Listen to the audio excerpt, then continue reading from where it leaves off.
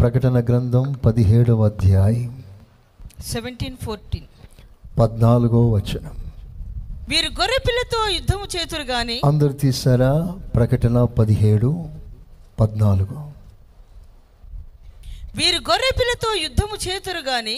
వారు అంటే సైతాన్ సమూహం, సైతాన్తో చేతులు కలిపిన వారు.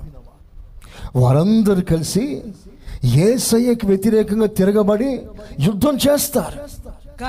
కానీ గొర్రెపిల్ల ప్రభువులకు ప్రభువును, గొర్రెపిల్ల సర్వాధికారి దేవుడు కనుక రాజులకు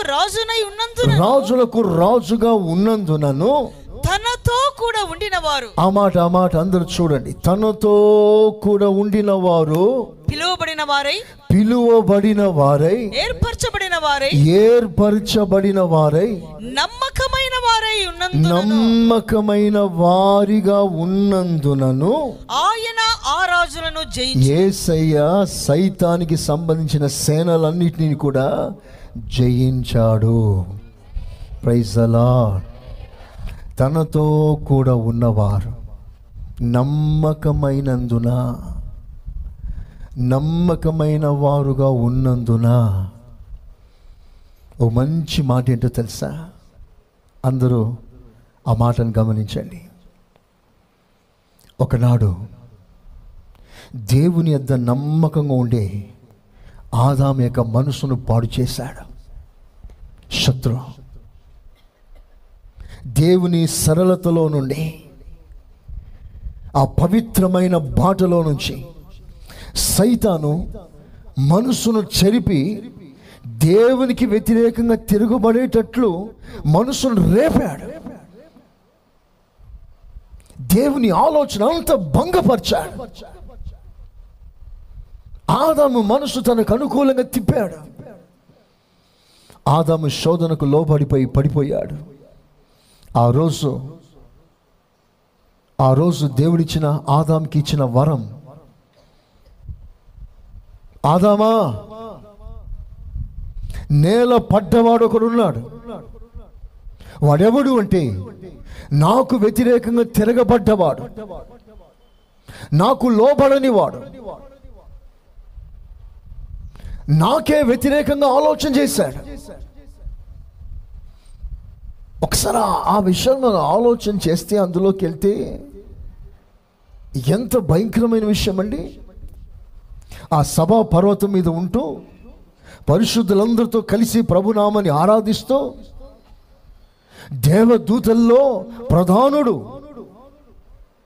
అందరికీ మాదిరిగా ఉండవలసిన వాడు, కాలుచున్న రాళ్ల మధ్యలో తిరుగువాడు, ఎన్నో అలంకారాలు, ఎన్నో ఘనత, ఎంత పెద్ద హోదా దేవుడిచ్చాడు. Be thou an example. ఎంతో ఘనంగా దేవుడు అతన్ని ఆశీర్వదిస్తే ఆ ఉన్నతమైన స్థాయిలో నమ్మకంగా లేడు. హి వాజ్ నాట్ ఫెయిత్ఫుల్. అతని పేరే లూసిఫర్. అక్కడ ఆరంభమైంది నమ్మక ద్రోహానికి నాంది పలికింది. అక్కడ దేవునికి విరోధంగా తలంచారు, ఆలోచన చేశారు. దేవునికి విరోధంగా ఆలోచన చేశారు. దేవుడు న్యాయవంతుడు కాదు, దేవుడు పక్షపాతి. మనల్ని అణిచేస్తున్నాడు, మనల్ని తొక్కి పెట్టేస్తున్నాడు. వీళ్ళు అనుకున్నారు, నీ దూతలు దేవునికి న్యాయం లేదు, మమ్మల్ని తొక్కి పెట్టేస్తున్నారు.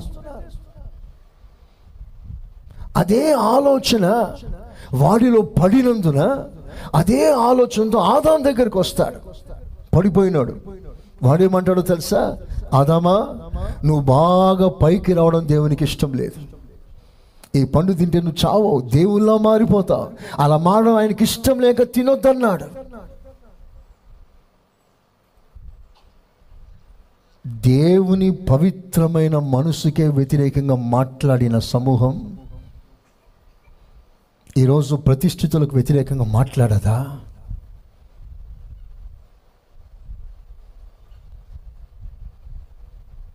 దేవునికి వ్యతిరేకంగా మాట్లాడే ధైర్యం పుట్టిందే వారికి. ఈరోజు సేవకులకు వ్యతిరేకంగా మాట్లాడితే గొప్ప నాది. ఆ రోజున వ్యతిరేకంగా మాట్లాడి తిరగబడ్డాడు, నేల త్రోయబడ్డాడు. మరలా వాడొచ్చి ఆదాం మైండ్ని పాడు చేశాడు, తిరగబడ్డాడు. అలాగే తిరగబడ్డ వాని వైపు చూపిస్తూ దేవుడు అంటాడు, వానిని లోపరుచుకో. చెప్పలు కొడతారు ఒకసారి గట్టిగా. హల్లెలూయా. ఎవరిని లోపరుచుకోమన్నాడు? ఆదాంని, నేల పడ్డవాడు. Subdue him. వానికి వ్యతిరేకంగా లోబడక తిరగబడ్డవాడు, వానిని లోపరుచుకోవాలి. ఆ మాటకు అర్థం ఏంటంటే, తిరుగుబాటు స్వభావం ఉందే, వ్యతిరేకంగా మాట్లాడే స్వభావం. నీ మనసుకు ఏదో నచ్చక మాట్లాడేవే, నీకు అనుకూలంగా లేదని మాట్లాడుతున్నవే, ఆ తిరుగుబాటుని స్వాధీనపరుచుకో. ఆదామా, ఏలుడి లోపరుచుకొనుడి. జీవులన్నిటినీ ఏలాలి, దుష్టుని లోపరుచుకోవాలి. సంఘానికి ఇచ్చిన వరము కూడా ఇదే. చేతులెత్తి స్తోత్రం చెప్పండి గట్టిగా. హల్లెలూయా.